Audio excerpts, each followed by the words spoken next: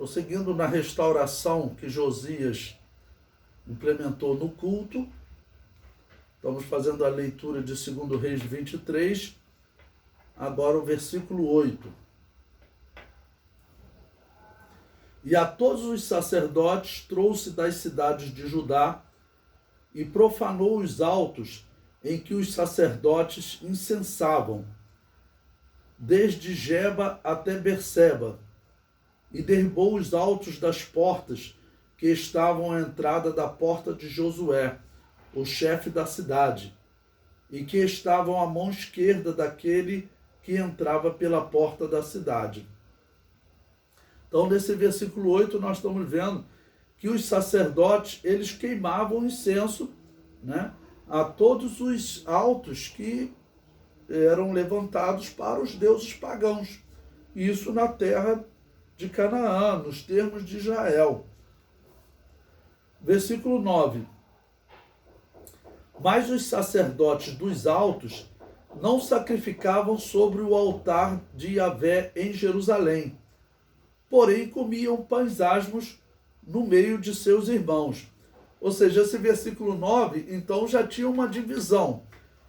Ou seja, quando está dizendo que eram seus irmãos, os sacerdotes que trabalhavam no culto pagão, eles entravam no templo para comer do pão, né, que era destinado aos sacerdotes que sacrificavam a Deus, que estavam trabalhando no culto a Deus, né?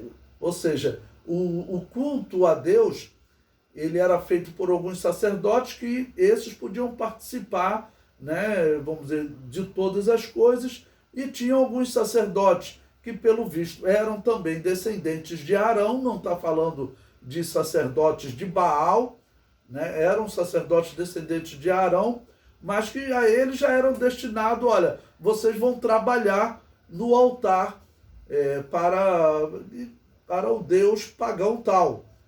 Tá bom? E eles vinham ao templo para se alimentar do pães asmos, né, que era, então, uma forma de sustentar os sacerdotes. Então, o culto a Deus trabalhava para sustentar até aqueles sacerdotes que trabalhavam para o culto pagão. No versículo 10, prossegue essa reforma de Josias. Também profanou a Tofete, que está no vale dos filhos de Rinom, para que ninguém fizesse passar a seu filho ou sua filha pelo fogo a Moloque. Então teve reis de Israel que tomaram essa atitude, sacrificar seu filho, passar ele pelo fogo.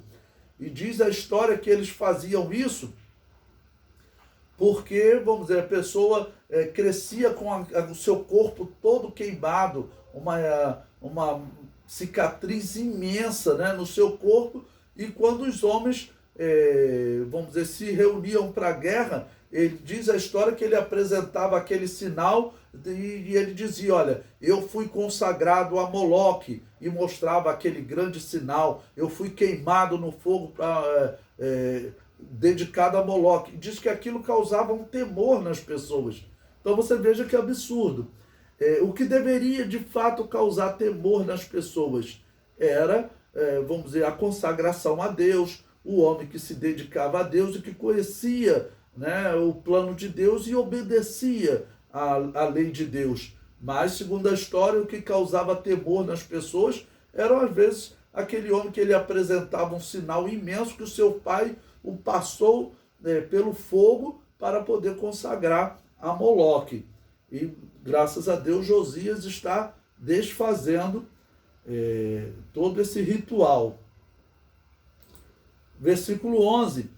Também tirou os cavalos que os reis de Judá tinham destinado ao sol, à entrada da casa de Yahvé, perto da câmara de Natã-Meleque, o eunuco que está no recinto, e os carros do sol queimou a fogo. Né? Ou seja, tinha então diversas imagens, isso era comum entre os povos pagãos. Diz a história que os assírios, eles faziam sempre imagens de leões. Os arqueólogos encontraram diversas imagens de leões nas entradas, né, dos templos assírios. E aqui em Israel, eles fizeram imagem a cavalos. Vamos lembrar que Deus havia ordenado que os israelitas não multiplicassem cavalos. Né? O que significa isso? Não usar cavalos para guerra. Eles poderiam usar, de repente, o cavalo, vamos dizer, no pasto, para arar a terra, mas não fazer do cavalo um instrumento de guerra. Por que Deus não queria isso? Né? Que eles multiplicassem cavalos? Porque eles estariam confiando, né, na força dos cavalos, que era uma grande arma na guerra. Né? Que eles puxavam aquelas bigas que tanto atropelavam adversários, quanto ali os soldados podiam vir lançando flechas. Tá bom? Então eles pegaram e transformaram esses cavalos em instrumentos de adoração, fazendo imagens a esses cavalos. Versículo 12. Também o rei derribou os altares que estavam sobre o terraço no cenáculo de Acais, os quais fizeram os reis de Judá, como também o rei derribou os altares que fizera Manassés nos 2 átrios da casa de Javé, e esmigalhados os tirou dali e lançou o pó deles no ribeiro de Cedron. Então nós estamos vendo aí 2 reis anteriores, claro, a Josias, que são citados como exemplos de idolatria, que estabeleceram idolatrias, estabelecendo altares em Israel, que foram estabelecidos por reis, e havia culto ali feito àqueles deuses pagãos. Versículo 13. O rei profanou também os altos que estavam defronte de Jerusalém, à mão direita do monte de Massite, os quais edificara Salomão, rei de Israel, a Astarote, a abominação dos sidônios, e a Quemós, a abominação dos moabitas, e a Milcom, a abominação dos filhos de Amon. Essa Astarote aqui é importante nós fazermos uma observação, porque ela era uma divindade da Babilônia, né? Ela era a mãe de Nimrod, foi uma das fundadoras da Babilônia, e essa Astarote, como que ela era cultuada? Ela era como uma deusa da fertilidade da terra. Então os israelitas, se tinham uma seca, o normal, né, era eles recorrerem a Deus, né, mas não, eles recorriam a Astarote para que ela trouxesse fertilidade para a terra, para que eles tivessem alimento e não passassem fome. E é citado aqui, então, uma sequência de deuses pagãos a quem os israelitas estavam adorando. E está falando aqui de altos que haviam sido edificados ainda por Salomão. Nós vimos que o rei Ezequias conseguiu tirar muitos altos, mas pelo que nós vemos aqui, ele não tirou todos, porque o rei Josias ainda está tirando aqui altos, esses altares feitos normalmente em montanhas, né, que era usado para adorar os deuses pagãos que Salomão adotou quando ele foi influenciado por aquelas mulheres pagãs com quem ele se casou. O versículo 14...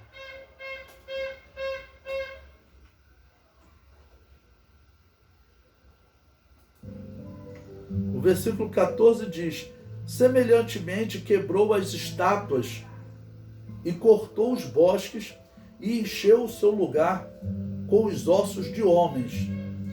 O versículo 15: e também o altar que estava em Betel e o alto que fez Jeroboão, filho de Nebate, que tinha feito pecar a Israel, juntamente com aquele altar, também o alto derribou, queimando o alto, em pó o desfez e queimou o ídolo do bosque.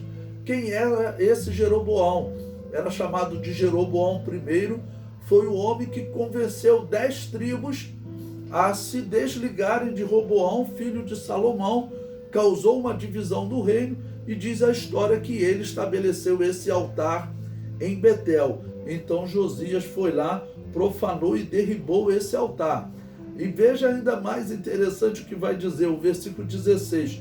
E virando-se Josias viu as sepulturas que estavam ali no monte, e enviou e tomou os ossos da sepultura e os queimou sobre aquele altar, e assim o profanou, conforme a palavra de Yahvé, que apregoara o homem de Deus quando apregoou essas palavras. Então disse: que é este monumento que vejo? E os homens da cidade lhe disseram: é a sepultura do homem de Deus que veio de Judá e apregoou essas coisas que fizeram contra o altar de Betel. Esse profeta, ele profetizou lá em 931 a.C., é a data em que houve a divisão dos reinos, né? E nós estamos aqui no ano 626. Então, ele profetizou e citou o nome de Josias, do ano 931 para o 626, irmãos, são aí mais de 300 anos, e ele citou Josias por nome e disse que aquele altar seria destruído, e agora está se cumprindo a profecia desse homem de Deus. O versículo 18, então Josias diz, né? Deixai-o estar, ninguém mexa nos seus ossos. Assim deixaram estar os ossos com os ossos do profeta que viera de Samaria. Versículo 19, e mais disso também Josias tirou todas as casas dos altos que havia nas cidades de Samaria. Ou seja, agora Josias já está também influenciando no reino do norte, que haviam sido levados cativos pelos assírios, destruídos pelos assírios, e como a terra ficou meio que abandonada, uma terra misturada com alguns descendentes das 10 tribos, misturados com povos pagãos, Josias então também está restaurando o reino do norte. Então por isso as cidades de Samaria, lembrando que Samaria era a capital do reino do norte, e que os reis de Israel tinham feito para provocarem o Senhor a ira, e lhes fez conforme todos os atos que tinha praticado em Betel. Versículo 20, e sacrificou todos os sacerdotes dos altos que havia ali sobre os altares, e queimou ossos de homens sobre eles, e depois voltou a Jerusalém. Então Josias, ele fez essa grande restauração, lembrando, 5 anos depois que Jeremias começou a profetizar, né? E o que realmente foi a chave para Josias conseguir fazer essa reforma foi a palavra de Deus, né? Quando eles encontraram e leram o livro da lei, então Josias começou a fazer essa grande reforma.